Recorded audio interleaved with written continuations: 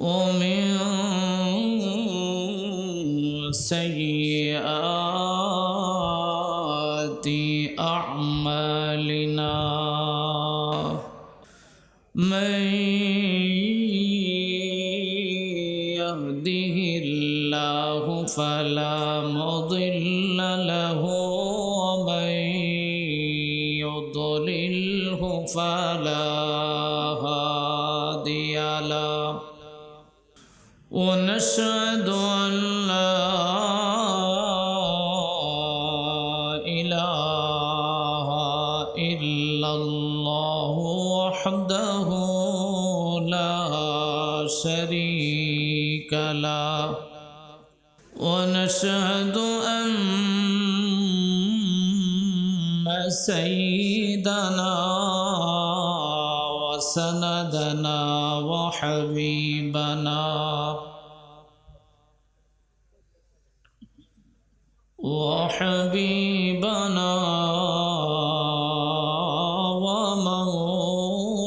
ومولانا محمد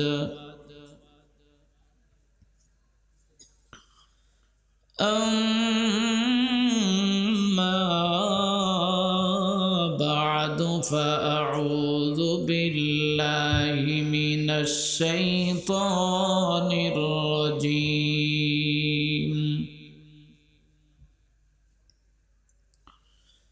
بسم الله الرحمن الرحيم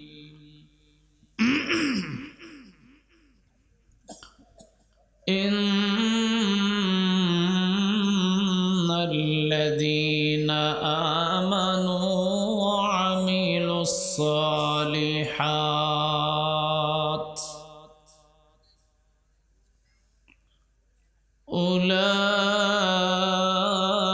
أولئك هم خير البرية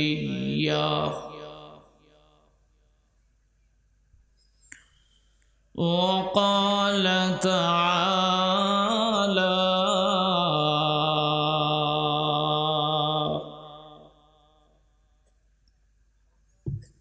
من عمل صالحا من ذكر أو أنثى وهو مؤمن فلنحيينه حياة طيبة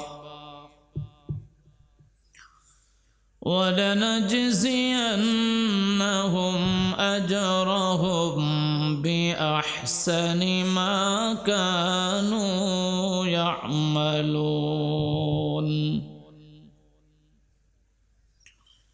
وقال النبي صلى الله تعالى عليه وسلم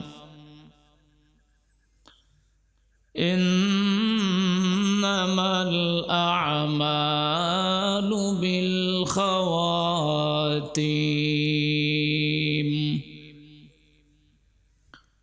أو كما قال النبي عليه الصلاة والسلام صدق الله مولانا العظيم وصدق رسوله النبي الكريم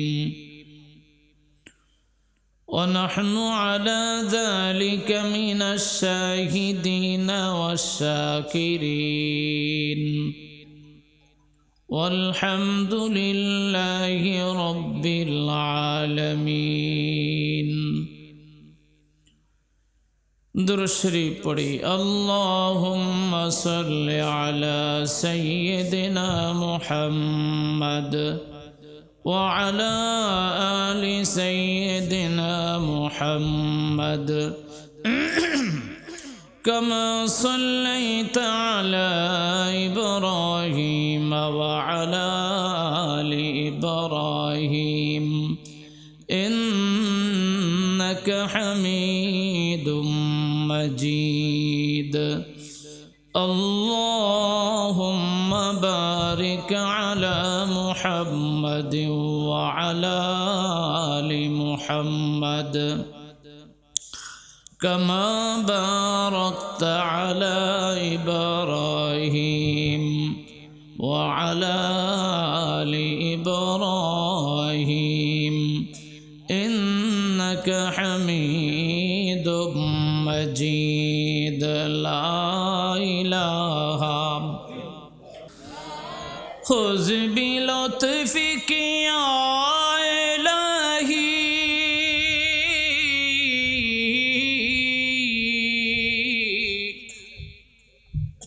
من له زاد قليل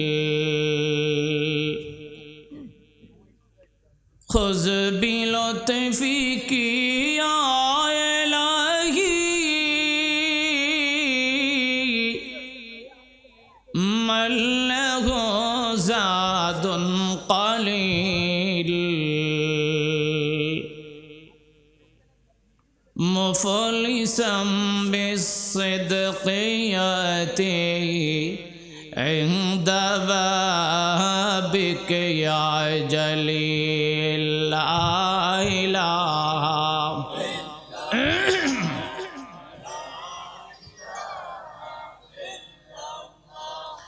لا إله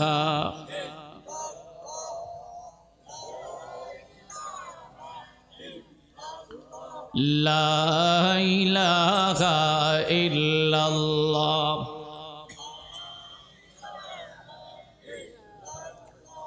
لا إله إلا الله محمد رسول الله صلى الله عليه وسلم واجب الاحترام मुअज़्ज़ज़ व मोहतरम हज़रत उलमाए किराम दिगिर पाड़ आल इत्तेहान যুব সমাজের উদ্যোগে আয়োজিত অধ্যকার প্রথম বার্ষিক ওয়াজ ও দোয়ার মাহফিলের চলতি অধিবেশনের জনাব শ্রদ্ধেয় সভাপতি हाफिज मौलाना अहमदुल्लाह मोहतमीम दारुल जामिया इस्लामिया अल्ताफिया मद्रासा चांदिना कुमिल्ला मंचे ओ सम्मुखे समावेत सर्वस्तरेर दिनदार ईमानदार मुसलमान भाई प्राणाधिक प्रिय आदरेर युवक बंधुगण पर्दार अंतराले अवस्थानरत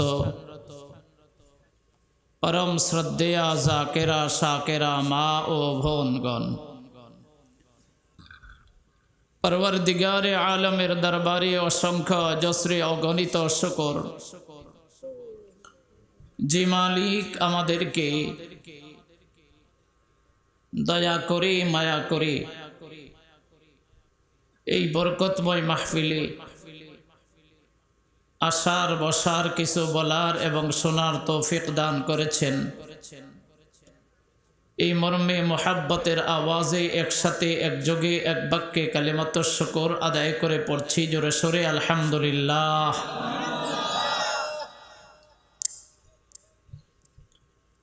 বরকতি মাহফিল আমাদেরকে বরকত নিয়ে এই মাহফিল থেকে বিদায় গ্রহণ করার তৌফিক দান করে বলেন আমিন।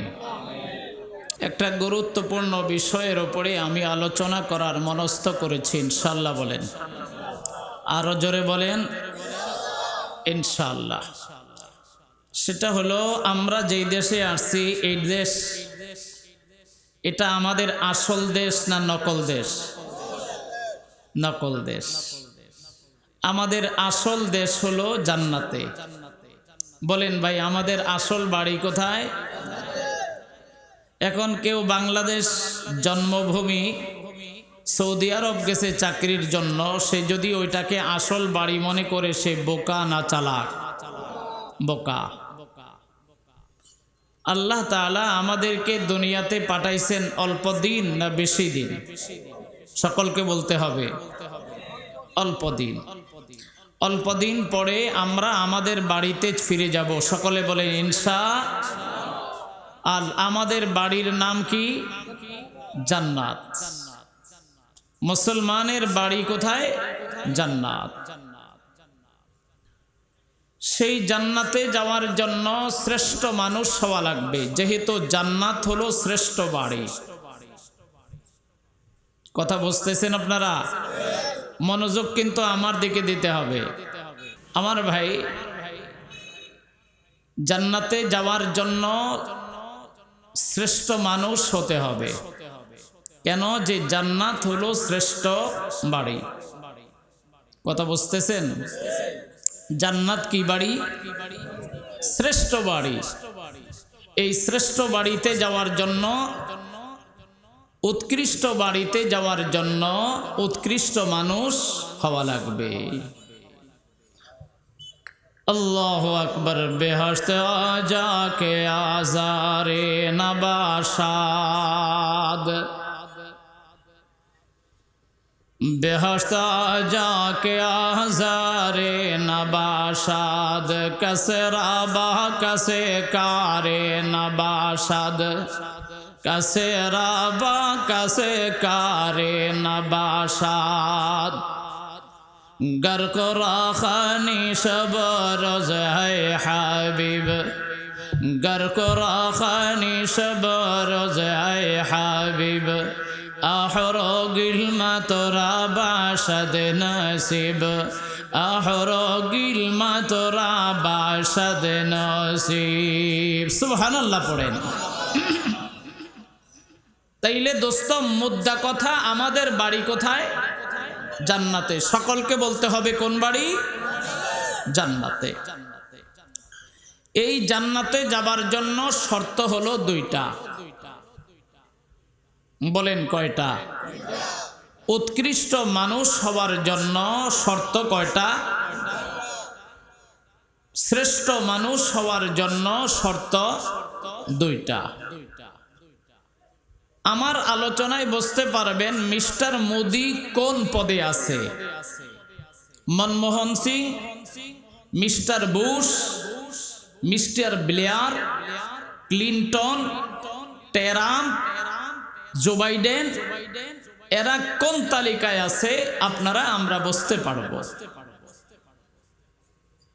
শ্রেষ্ঠ মানুষ হবার গুণ সকলকে বলতে হবে কয়টা? দুইটা। ভাষা বুঝতেছেন তো? ইন্নাল্লাযীনা আমানু ওয়া আমিলুস সালিহাত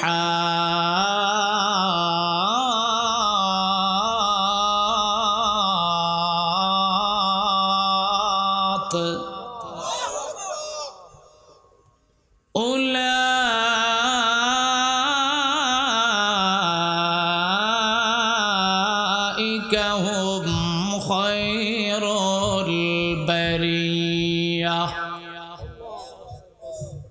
এ আমার দোস্তা,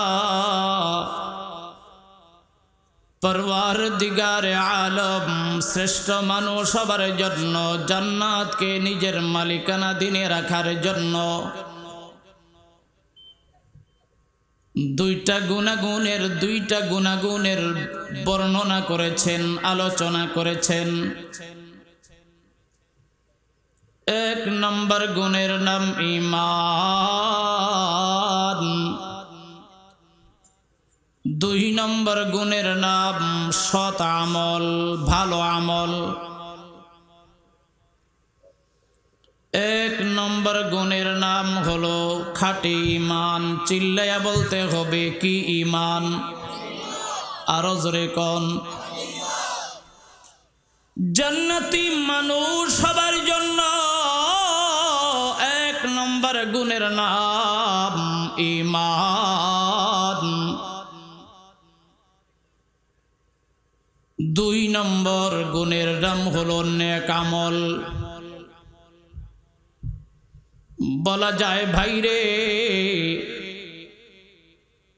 ঈমান যার মধ্যে থাকবে, নেক আমল যার মধ্যে থাকবে, পৃথিবীর মধ্যে শ্রেষ্ঠ মানুষ হবে তারা।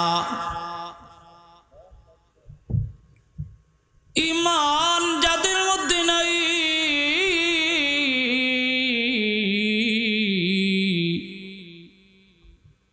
যাদের মধ্যে ঈমান নাই, যাদের মধ্যে লা ইলাহা ইল্লাল্লাহ নাই, ভাইরে তারা রাষ্ট্রপতি হতে পারে। আল্লাহ কয় তোর দাম সুইপারের চাইতে নিকৃষ্ট।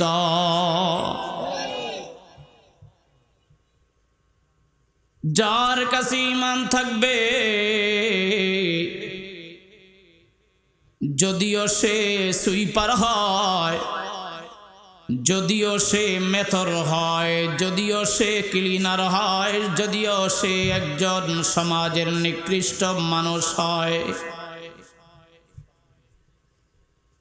যার কাছে কালেমা থাকবে, যার কাছে কালেমা থাকবে, যার কাছে কালেমা থাকবে, যদিও দেখতে তাকে নিকৃষ্ট মানুষ মনে হয়, কিন্তু আল্লাহ পাকের নজরে ভাইরে সে হলো উৎকৃষ্ট। আর যার কাছে ঈমান নাই, যদিও তোমাদের নজরে মোদির মতো মানুষ উৎকৃষ্ট মনে হয়, যদিও তোমাদের নজরে মনমোহন সিং উৎকৃষ্ট হয়, যদিও ব্লেয়ার তোমাদের কাছে উৎকৃষ্ট হয়, যদিও মিস্টার ট্রাম্প তোমাদের নজরে উৎকৃষ্ট হয়, লাউ কানাতিদ দুনিয়া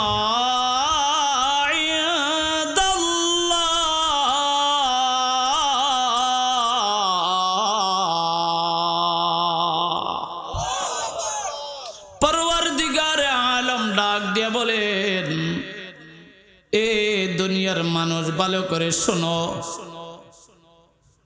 মশার ডানার দাম আমার কাছে আছে, দুনিয়ার দাম নাই। আসমান জমিন পাহাড় পর্বত সাগর মহাসাগর, দালান কোঠা বিল্ডিং বাড়ি গাড়ি দুনিয়ার সব কিছু আমার কাছে একটা মশার ডানার সম পরিমাণ দামও নয়। লাউ কানাতিদ দুনিয়া মিসলা জানাহা বাউদাতিন লামা সাকাল্লাহু মিন শুরবাতিন কাফির। পয়গম্বরে খুদা বলেন, দুনিয়ার দাম যদি মশার ডানার পরিমাণ হতো, আমি দুনিয়ার কাফেরদেরকে এক ফোঁটা পানি পান করাইতাম না। কারণ যে আমাকে মানে না, সে আমার পানি খেতে পারবে না, সে আমার আগুন বাতাস ব্যবহার করতে পারবে না। मेरे प्यारे भाइयों, এই জন্য পরওয়ারদিগার আলম বলেন, ইন্নাল্লাযীনা আমানু ওয়া আমিলুস সালিহাত উলাইকা হুম খায়রুল বারিয়া। পৃথিবীর যত কোটি কোটি সৃষ্টি,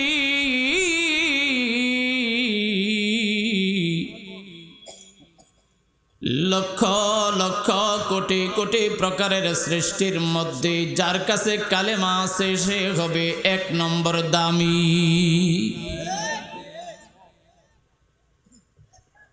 এই মুসলমানের দাম, কালেমাওয়ালাদের দাম এত বেশি, এত বেশি, এত বেশি রে ভাই। পয়গম্বরে খুদা পরিষ্কার করে বলেছেন, লা তাকুমুস সাআতু হাত্তা ইউকালু ফিল আরদি আল্লাহ।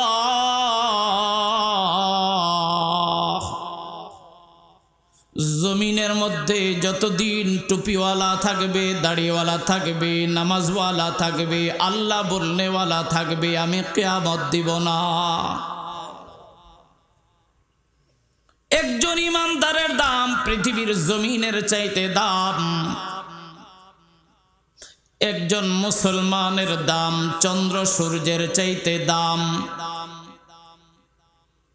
তাইলে দোস্ত সহজ কথা, মুসলমানের দাম কত? আমরা বুঝলাম জমিনের চাইতে দামি, আসমানের চাইতে দামি, পাহাড় পর্বতের চাইতে দামি, চন্দ্র সূর্যের চাইতেও দামি একজন মুসলমান। জোরে কোন আল্লাহু আকবার, আরো জোরে বলেন আল্লাহু আকবার। লা তাকুমুস সাআতু হাত্তা ইউকালা ফিল আরদি আল্লাহু আল্লাহ। কালিমা পড়নেওয়ালা জমিনের মধ্যে যতদিন থাকবে বাইরে, ততদিন জমিন মিসমার হবে না, ততদিন কিয়ামত হবে না। বুঝা গেল দুনিয়ার জমিনের চাইতে, আসমানের চাইতে, পৃথিবীর চাইতে, কুল কায়নাতের চাইতে একজন মুসলমানের দাম বেশি না কম? আরো জোরে বলেন কম না বেশি?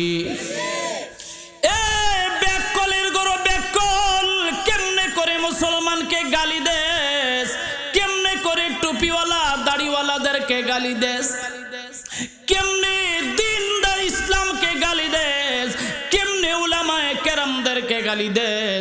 যতদিন উলামায়ে কেরাম থাকবে ততদিন পৃথিবী থাকবে, যতদিন মুসলমান থাকবে ততদিন পৃথিবী থাকবে। চিৎকার করে বলেন ঠিক কিনা?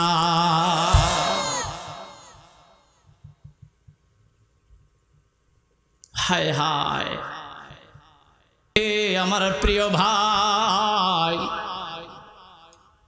তাহলে একজন মুসলমানের দাম কত?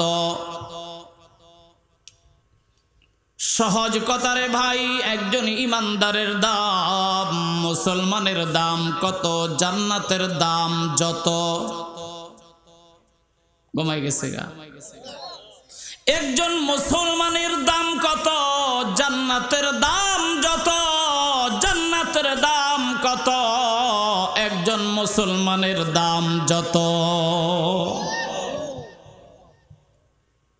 বেহেশত আজাকে আজারে নবাশদ, বেহেশত আজাকে আজারে নবাশদ, কাসে রাবাহ কাসে কারে নবাশদ, কাসে রাবাহ কাসে কারে নবাশদ।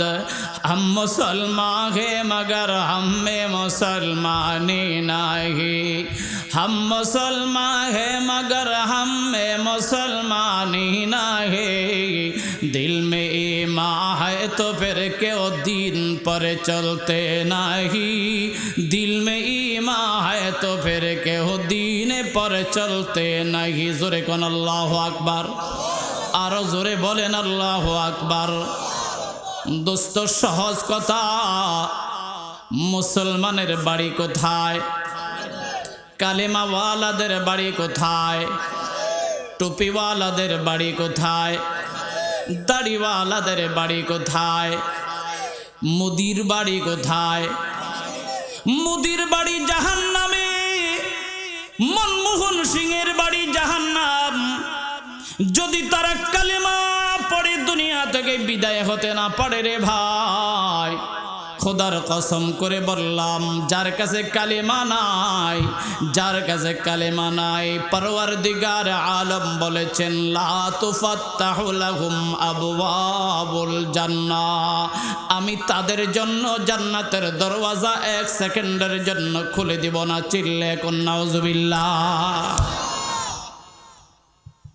জান্নাতের দরজা খোলা কালেমাওয়ালাদের জন্য। আল্লাহ তুমি আমাদের সকলকে খাঁটি কালেমাওয়ালা, খাঁটি ইমানওয়ালা বানাও। আর একটু আস্তে কর, আরো জোরে কন। এ আমার দোস্ত,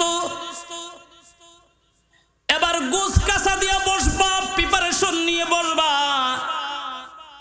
যখন তুমি কালেমাওয়ালা দাবি করবা, যখন তুমি তোমার নিজেকে মুসলমান বলে দাবি করবা, তোমার উপরে আক্রমণ আসবে, তোমার উপরে মামলা হবে, তোমার উপরে হামলা হবে, তোমাকে গালি খেতে হবে, তোমাকে মার খেতে হবে রে দোস্ত। এই জন্য যে যার কাছে বাইরে টাকা আছে তার ভয় আছে, যার বাড়ি আছে তার ভয় আছে, যার গাড়ি আছে তার ভয় আছে, যার বাড়ি গাড়ি টাকা পয়সা নাই তার কোনো ভয় নাই। আরো জোরে কোন। এ দোস্ত, আপনারা যদি মহাকালে বাস টার্মিনালে যান, সায়দাবাদ গাবতলী বাস টার্মিনালে যান, কমলাপুর রেল স্টেশনে যান, সদরঘাট লঞ্চ টার্মিনালে যান, অসংখ্য মানুষকে দেখবেন বাইরে ফুটপাতে ঘুমায়, কোনো ভয় নাই। কি আছে? কোনো ভয় নাই। চোরের ভয় নাই, ডাকাতের ভয় নাই, ছিনতাইকারীর ভয় নাই। কিন্তু একদল মানুষ 10 তলায় থাকে, 20 তলায় থাকে, ভয়ের কোনো অভাব নাই, শান্তি পায় না, ঘুমের মধ্যে কোনো তৃপ্তি পায় না, অশান্তি অস্থিরতা বিরাজ করে। কেন? তাদের কাছে টাকা আছে, পয়সা আছে রে ভাই। এ আমার দোস্ত, এই পৃথিবীর মধ্যে সবচাইতে ধনী মানুষের তালিকায় 1 নম্বরের তালিকায় আছে মুসলমান। এ দোস্ত রে, মুসলমানের চাইতে ধনী আল্লাহর পৃথিবীতে নাই। মুসলমানের চাইতে ধনী পৃথিবীতে নাই, মুসলমানের চাইতে পৃথিবীতে কেউ ধনী নাই। কেন রে ভাই? কারণ মুসলমানের কাছে জান্নাতের চাবি দেওয়া আছে। মুসলমানের কাছে জান্নাতের চাবি আছে না নাই? আরো জোরে কোন। মান কানা আখিরু কালামি লা ইলাহা ইল্লাল্লাহ, লা ইলাহা। জোরে। লা ইলাহা ইল্লাল্লাহ, লা ইলাহা।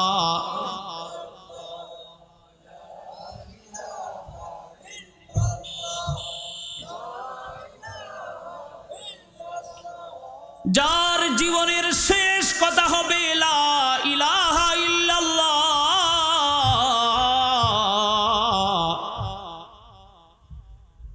পয়গম্বরে খোদা বলেছেন, তুই রেডি থাক, তোর জন্য আমি জান্নাতের বরাদ্দ, জান্নাতের চাবি তোর হাতে আমি দিয়ে দিলাম।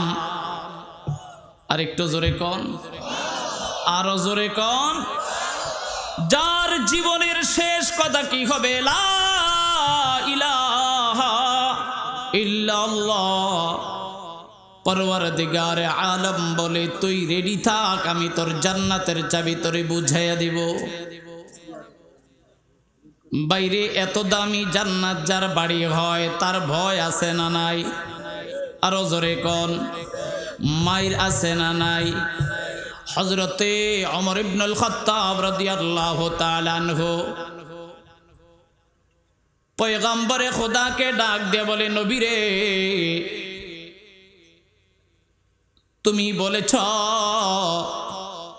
যে নাকি লা ইউমিনু আহাদুকুম হাত্তা আকুনা হাব্বা ইলাইহি মিন ওয়ালিদিহি ওয়া ওয়ালাদিহি ওয়ান নাসি আজমাইন। এ নবী, তুমি বলেছ যে নাকি তার জীবনের চাইতে, তার ছেলে মেয়ের চাইতে, তার মা বাবার চাইতে, সব কিছুর চাইতে আমাকে ভালোবাসতে না পারবে, সে পরিপূর্ণ ইমানদার হতে পারবে না। সরকারে দো আলম ডাক দিয়ে বলি, ওমর,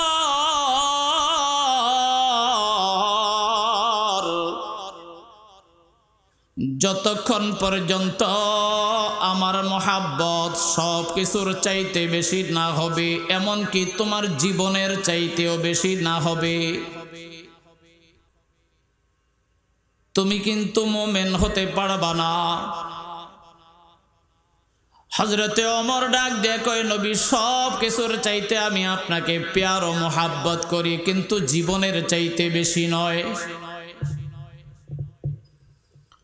হযরতে ওমর কত সময় চিন্তা করে গবেষণা করে পরক্ষণে ডাক দিয়ে বলি নবীরে আমি আল্লাহর কসম করে বললাম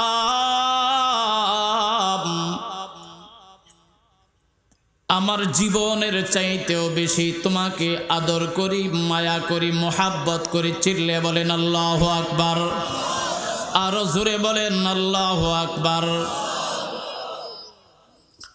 নবী আবার ডাক দিয়ে কি ওমর তুমি রেডি থাকবা,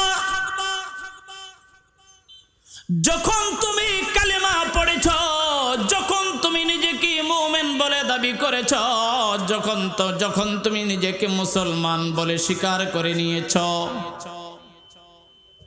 ওমর তুমি রেডি থাকবা। দুনিয়াতে মুসিবত তোমার উপরে বেশি আসবে, দুনিয়ার যত ঝামেলা, যত মুসিবত, যত রোগ বেরাম, যত পরীক্ষা তোমার উপরে আসবে, খেয়াল রাখবা। এ আমার দোস্ত, এবার বাস্তবতার নিরিখে আমি আপনাদের কাছে একটা প্রশ্ন করতে চাই। বর্তমান পৃথিবীতে কাফেররা বেশি আরামে আছে না মুসলমানেরা বেশি আরামে আছে? কাফেররা বেশি আরামে আছে, মুসলমানেরা বড় বেরামে আছে। ইরাকের জমিনে মুসলমান মাইর খায়, ফিলিস্তিনের জমিনে মুসলমান মাইর খায়, ইরানের জমিনে মুসলমান মাইর খায়, বসনিয়া চেচনিয়ার জমিনে মুসলমান মাইর খায়। এ দোস্ত, মায়ানমারের জমিনে মুসলমান মাইর খায়, ফিলিপাইনে মুসলমান মাইর খায়, লিবিয়ায় মুসলমান মাইর খায়। পৃথিবীর যত্র তত্র মুসলমান মাইর খায় কেন রে ভাই? পরওয়ারদিগার আলম বলেছেন আমার কালেমা পড়বি মানে দুনিয়াতে তোর পরীক্ষা দিতে হবে, তোর কষ্ট করা লাগবে, মামলা মুকদ্দমা তোর নেওয়া লাগবে।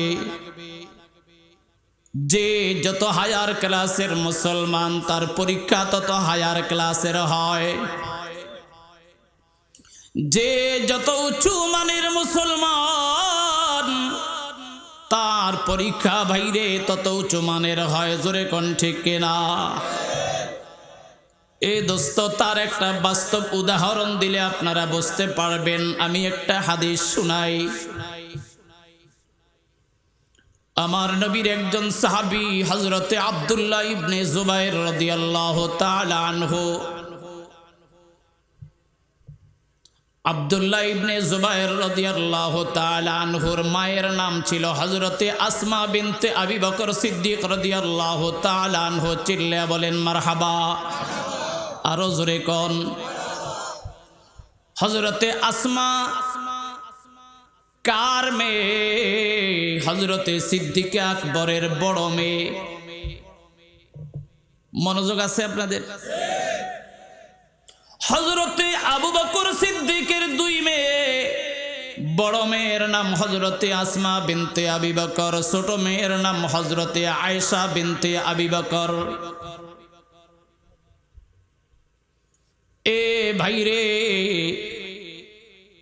হযরতে আব্দুল্লাহ ইবনে জুবাইর রাদিয়াল্লাহু তাআলা আনহুর মায়ের নাম হযরতে আসমা বিনতে আবি বকর। ভাই, মা যদি ভালো হয় সন্তান ভালো হবে, এতে কোনো সন্দেহ নাই। মা যত উঁচু মানের সন্তান তত উঁচু মানের, বাবা যত উঁচু মানের সন্তান তত উঁচু মানের।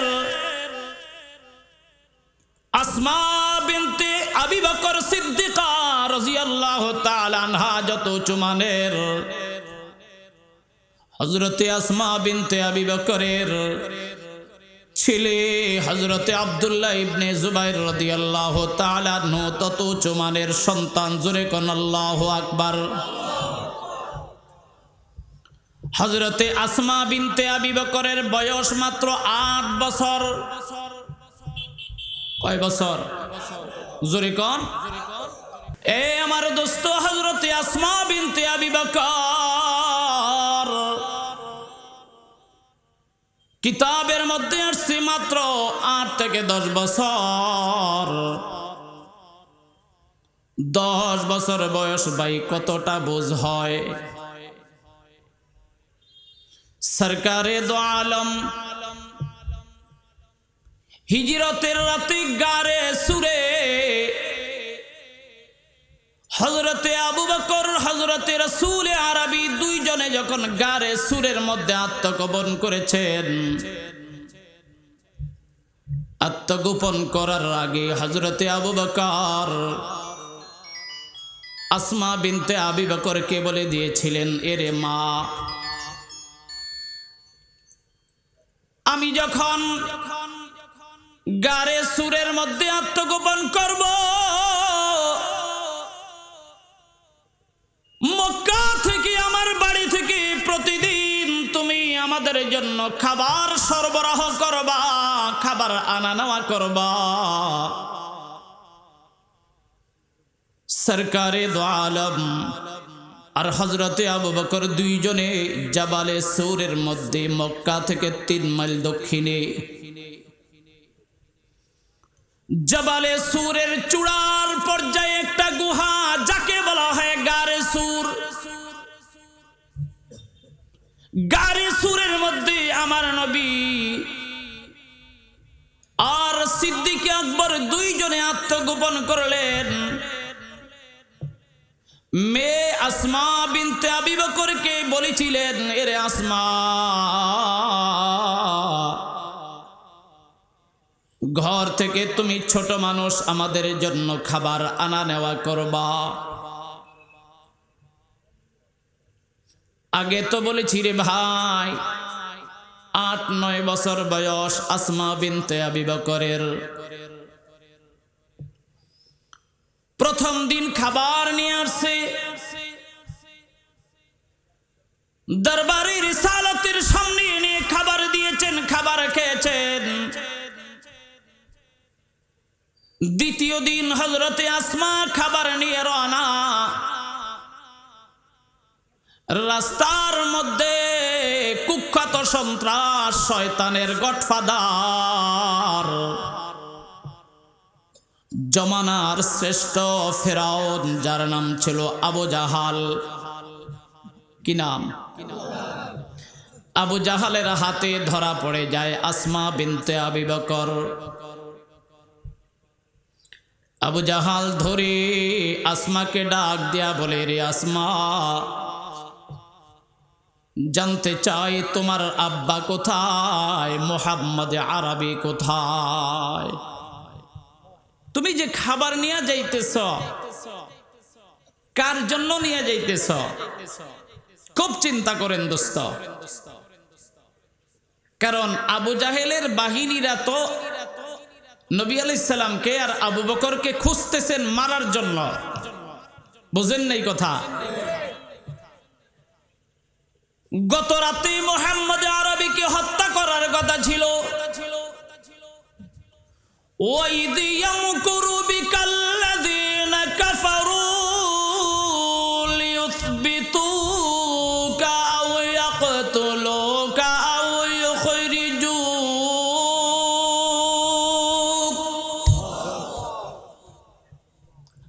আবু জাহালের চূড়ান্ত সিদ্ধান্ত, আজ রাতে মুহাম্মদ আরবিকে হত্যা করা হবে।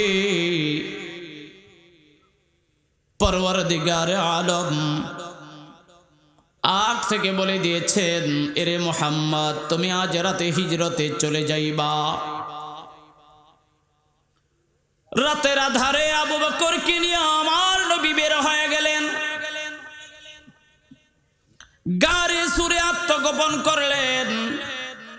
সকালবেলা কাফের বাহিনী, সশস্ত্র বাহিনী মুহাম্মদ আরবিকে খুঁজতেছে।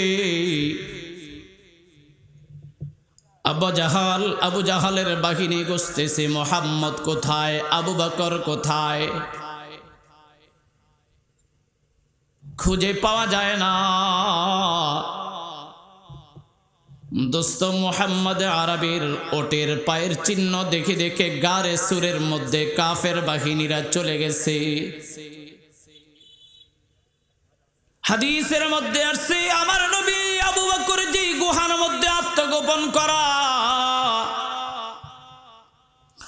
ওই কাফের বাহিনীরা গুহার ছাদের উপরে হাঁটাহাঁটি করতেছে। যদি তারা নিচের পায়ের দিকে তাকায় আমার নবীর মাথা মোবারক দেখে ফেলে। কিন্তু পরওয়ারদিগারে আলম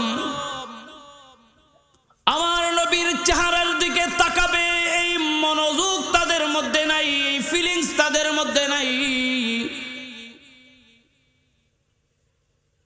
বরঞ্চ কাফেররা ঘুরে ফিরে চলে আসছে। কারণ হলো গুহার মুখের মধ্যে মাকড়সার জাল দিয়ে বাড়ি বানানো, আর একদিকে কবুতর সুন্দর করে ডিম পেড়ে আছে। এই গুহার ভিতরে মানুষ যেতে পারে না, মানুষ গেলে এত তাড়াতাড়ি মাকড়সায় বাড়ি বানাইতে পারে না। এই ক্ষমতা কার? আরো চিল্লিয়া বলেন কার? এই আমার দোস্ত, যেই কথা সেই কাজ। হযরতে আসমার নাস্তা নিয়ে গেলেন দ্বিতীয় দিন, ধরা পড়ে গেছেন কার হাতে? জোরে বলেন। আবু জাহাল। আবু জাহাল ডাক দিয়ে বলে, আসমা সত্যি করে বলবা মুহাম্মদ আরবি কোথায়? তোমার আব্বা কোথায় তুমি জানোনি? আসমা ডাক দিয়ে বলে, হ্যাঁ আমি জানি আমার আব্বা কোথায় আছে, আমার নবী কোথায় আছে আমি জানি।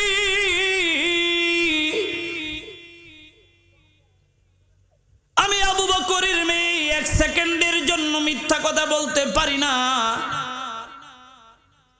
হায় হায় রে কেমন কথা! আবু জাহালের সামনে আসমা বিনতে আবি বকর অকপটে স্বীকার করে দিলেন, আমি জানি আমার আব্বা কোথায় আছে, আমার নবী কোথায় আছে। সুবহানাল্লাহ পড়েন। আহা দরফেশানি নে তেরে কতরো কো দরিয়া কর দিয়া, दरफेशानी ने तेरे कतरों को दरिया कर दिया, दिल को रोशन कर दिया, आँखों को बीना कर दिया, दिल को रोशन कर दिया, आँखों को बीना कर दिया। কেমন মেয়ে আসমা! আসমা তো জানেন সত্য কথা বললে নবীরও মরণ, আমার বাপেরও মরণ, আমারও মরণ। বুঝেন নাই এখনো কথা?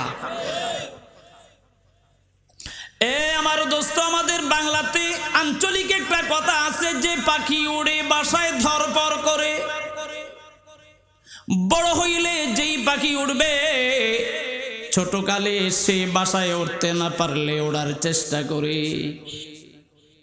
বাইরে আসমা ছোট মানুষ, কিন্তু বড় হইলে মস্ত বড় বুজুর্গ হবে, মস্ত বড় সাহাবিয়া হবে। এই চিন্তায় দিল দিমাগ আল্লাহ পাক হযরতে আসমাকে দিয়েছেন। চিল্লে এখন সুবহানাল্লাহ। আবার একজন আয়েশা, সে সিদ্দিকা হবে, বাবার নাম সিদ্দিক, বাবার উপাধি সিদ্দিক, ছোট বোন সিদ্দিকা। আজ যদি আসমা মিথ্যা কথা বলে সে আর সিদ্দিকা হতে পারে না রে ভাই। এই জন্য ছোট বয়সেও আল্লাহ পাক তাকে সত্য কথা বলে ছোট কাল থেকে তার উপাধি দিয়েছেন সিদ্দিকা। আর একটু জোরে কন। আসমা, তাইলে সত্যি তুমি জানো তোমার আব্বা কোথায়? কাহা আমি জানি। আবু বকর কোথায়? কয় আমার আব্বা আর আমার নবী দুইজনে একই জায়গায় আছে। সুবহানাল্লাহ পড়বেন না? কি চোখে ঘুম আছে? কথা বলছেন আপনারা? হ্যাঁ, আমার আব্বা আর আমার নবী দুইজনে একই জায়গায় আছে। আবু জাহাল ডাক দিয়ে বলে, আসমা, তাহলে এবার তোমাকে বলতে হবে তোমার বাবা কোথায় আছে, তোমার নবী কোথায় আছে। আসমা বিনতে আবি বকর ডাক দিয়ে বলে, এ আবু জাহাল, আমি বলতে পারবো না। আমি জানি আমার আব্বা আমার নবী কোথায় আছে, আমি জানি, আমি জানি, আমি জানি, কিন্তু আমি বলবো না, আমি বলবো না, আমি বলবো না। সুবহানাল্লাহ পড়েন, আরো জোরে কোন। আবু জাহাল এত জোরে হযরত আসমা বিনতে আবি বকরকে থাপ্পড় মেরেছে, এক থাপ্পড়ের ছোটে বাবারে পুরা কান দিয়া রক্ত বের হয়ে গেছে। আসমাকে ডাক দিয়া কয়, আসমা, বলতেই হবে তোমাকে তোমার নবী আর তোমার বাবা কোথায় আছে আত্মগোপন করে। আসমা বলে, আমাকে যত মারবা আমি বলবো না, আমি বলতে পারি না। এবার আবু জাহাল আসমা বিনতে আবি বকর, ছোট্ট মানুষ, দুই হাত ধরে উঁচা করে মাথা পর্যন্ত উঠায়া বলেছে, আসমা তুমি জলদি করে বলবা, না হয় তোমাকে এত উঁচা থেকে এমন ভাবে ফেলে দিব তুমি জায়গার মধ্যে ডেট হয়ে যাইবা, লাশ হয়ে যাইবা, মরে যাইবা। আসমা ডাক দিয়ে বলছে, আমি আমার জীবন তোমার হাতে সুপর্দ করতে পারি, কিন্তু আমার বাবা আর আমার নবীর জীবনকে তোমার হাতে সুপর্দ করতে পারি না। दुनिया की सदाकत में तेरा नाम रहेगा, दुनिया की सदाकत में तेरा नाम रहेगा, सिद्दीक तेरे नाम से सलाम रहेगा, सिद्दीक तेरे नाम से सलाम रहेगा। अल्लाह अकबर। দুনিয়া এ পাশ থেকে ও পাশ চলে যাবে, পৃথিবী মিসমার হবে, আমি আমার জীবনে মিথ্যা কথা বলতে পারবো না। এ আমার দোস্ত, হযরত আসমা বিনতে আবি বকর নাছুড় বান্দা এমন জোরে আসান মারছে, আসমা বিনতে আবি বকরের মাথা ফেটে গেছে, রক্ত বের হয়ে গেছে। এই অবস্থায় আস্তে আস্তে হেঁটে হেঁটে আমার নবীর কাছে গারে সরে গেছেন। নবী ডাক দিয়ে কয়, আসমা, কি হলো তোমার? মাথায় রক্ত, তোমার কান দিয়ে রক্ত পড়ছে, তুমি কাঁদতেছো কেন রে আসমা? আসমা বলে না, বলে না, বলে না। আমার দোস্ত, হুঁশিয়ার হয়ে যাও মুসলমান, যারা নাকি মুসলমানকে গালি দিবা, যারা নাকি মুসলমানের বিরুদ্ধে কটাক্ষ করবা, যারা নাকি উলামাদের বিরুদ্ধে কথা বলবা, যারা নাকি উলামাদের ঘাড় মটকাইয়া দিবা, যারা নাকি উলামাদের মুখে পেশাব করবা, যারা নাকি উলামাদেরকে তুচ্ছ আর তাচ্ছিল্য করবা, যারা নাকি মুসলমানের উপরে জুলুম আর নির্যাতন করবা, তোমাদের মরণটাও হাজ্জাজ বিন ইউসুফের মতো হবে। ইসলামের বিরুদ্ধে যারা কথা বলে, কোরআনের বিরুদ্ধে যারা কথা বলে, মুসলমানের বিরুদ্ধে যারা কথা বলে, রে ভাই, তাদের মরণটা বড় জোর ফেরাউন আর কাউরানের মতো হয়ে থাকে। জোরে বলো ঠিক কিনা? আল্লাহু আকবার। এই জন্য আমি বলেছিলাম দোস্ত, পৃথিবীতে সবচেয়ে দামি জাতি হলো মুসলমান। আমি আমার বয়ানের প্রারম্ভে বলেছিলাম, দেখতে দেখা যায় মুসলমান অসহায় জাতি না, এই পৃথিবীতে সবচেয়ে শক্তিশালী জাতির নামই হচ্ছে মুসলমান জাতি। আরো জোরে কোন? কারণ মুসলমানের সাথে কে আছে? আরো জোরে বলেন, ওয়ালা তাহিনু ওয়ালা তাহজানু ওয়া আনতুমুল আ'লাউনা ইন কুনতুম মুমিনিন। পরওয়ারদিগার পরওয়ারদিগার বলেন, এ মুসলমান জাত, ভয়ের কারণ নেই, তোদের দুনিয়ায় বিজয় হবে, মরার পরেও বিজয় হবে। চিৎকার করে বলেন সুবহানাল্লাহ। এই জন্য দোস্ত, মুসলমানের কত দাম, বেহেশতের যত দাম, জান্নাতের যত দাম, মুসলমানের তত দাম। কি অর্থ? জান্নাতের যেমন মূল্য হয় না, জান্নাতের যেমন কিমত হয় না, জান্নাতের যেমন দাম দেওয়া যায় না, মুসলমানের তেমন দাম দেওয়া যায় না। কি বলেন? আল্লাহু আকবার। আল্লাহ আমাদেরকে ওই খাঁটি মুসলমান হওয়ার তৌফিক দেয়। আরো জোরে কোন, ইন্নাল্লাযীনা আমানু ওয়া আমিলুস সালিহাতি উলাইকা হুম খায়রুল বারিয়া। এই পৃথিবীর মধ্যে শ্রেষ্ঠ জাত, আহা, এই পৃথিবীর মধ্যে শ্রেষ্ঠ জাত কারা? খ্রিস্টানেরা। এ ভাই আওয়াজ দিয়ে বলেন, খ্রিস্টানরা, ইহুদিরা, বৌদ্ধরা, হিন্দুরা, কারা? বুকে হাত দিয়া বলেন কারা? কেন? যে মুসলমান নবীর উত্তরসূরি, মুসলমান নবীর সন্তান, মুসলমান বেহেশতের অধিবাসী, একমাত্র মুসলমানই আল্লাহর জান্নাতের মালিক। চিল্লিয়া বলেন সুবহানাল্লাহ। কি মনে হয় মোদির যত পাওয়ারে থাকবে ধাক্কাইয়া বেহেশতে যাইতে পারবে? ক্ষমতার বিনিময়ে যাওয়া যায়? ট্রাম্পে ক্ষমতা ছাড়তে চায় না, এতটা দাপট দেখায়, ফার্স্ট ডিভিশনে ফেল করছে নির্বাচনে, তারপরেও ক্ষমতা ছাড়তে চায় না। ট্রাম্পে ধাক্কাইয়া জান্নাতে যাইতে পারবো? কোন মুসলমানের জন্য লা তুফাত্তাহু লাহুম আবওয়াবুল জান্নাহ, জান্নাতের বেহেশতের দরজা মুসলমান ছাড়া বেঈমানের বাচ্চার জন্য খোলা হবে না। জোরে বলেন ঠিক কিনা? আল্লাহ আমাদের খাঁটি মুসলমান বানায়া দেয়। আরো জোরে কোন। এখন চিন্তার বিষয় হলো, মুসলমান তো হইলাম, ঈমান তো নিলাম, কালেমা তো পড়লাম, এই সব গাঠি গোটার নিয়া ওই পার পর্যন্ত যাইতে পারবো কিনা? ঘুমাই গেছেন? কারণ জীবনে যাই করছি এগুলি নিয়া যদি এই সাগর পাড়ি দিয়া ওই পারে যাইতে না পারি, তা কিন্তু সব বৃথা। বুঝেন নাই কথা?